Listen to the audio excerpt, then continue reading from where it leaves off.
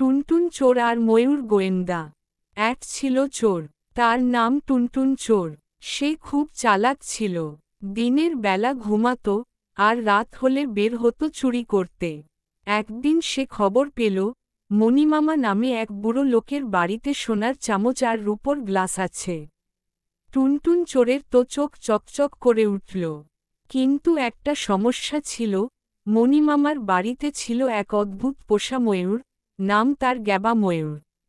Gabba শুধু ময়ূর না, সে ছিল অনেকটা পাহারাদার কুকুরের মতো। কেউ বাড়ির দরজার কাছে গেলেই সে করে এত জোরে ডাকত যে বাড়ি কেঁপে উঠত। টুনটুন চোর ভাবল, ময়ূর তো আর মানুষ নয়, একটু চালাকি করলেই ঠকানো যাবে। সেই সঙ্গে নিয়ে গেল গ্যাবার প্রিয় খাবার, কারণ গ্যাবা ময়ূর ছিল ভীষণ পেটুক। রাতের বেলা টুনটুন চোর চুপি চুপি এসে গ্যাবার সামনে খাবারের থালা রেখে দিল। গ্যাবা চোখ বড় বড় করে তাকিয়ে বলল, কোথা থেকে এলো এই সুন্দর খাবার? সে ভাবল, খাবার আগে খাই, পরে ভাবা যাবে। চোর খুশি, ময়ূর ব্যস্ত, সে এবার বাড়িতে ঢুকবে। কিন্তু গ্যাবা শুধু পেটুক না, বুদ্ধিমানও বটে। সে জানত, মাঝরাতে যদি কেউ খাবার দিয়ে খুশি করতে আসে, সে চোর হতেই পারে। গ্যাবা খাবার মুখে পুরে দৌড়ে গেল মণিমামার ঘরে। ঠোকর মেরে ঘুম ভাঙিয়ে দিল। মণিমামা বললেন, কিরে ময়ূর, কি হলো, ঘুমাতে দে। গ্যাবা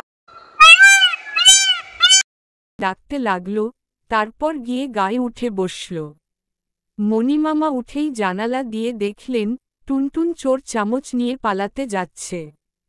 তিনি জোরে চিৎকার দিলেন, চোর, চোর, গ্যাবা, ধর ওকে। গ্যাবা এক লাফে দৌড় দিল চোরের পেছনে।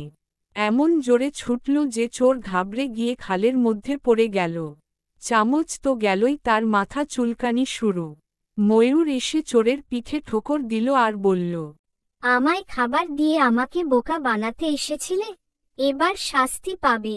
সকালে গ্রামের লোকজন এসে চোরকে উদ্ধার করল।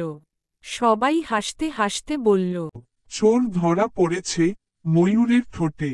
টুনটুন চোর বলল, এই ময়ূর তো শেয়ালের মতো বুদ্ধিমান, আমি আর চুরি করব না। ময়ূরের কাছে হার মানতে হলো।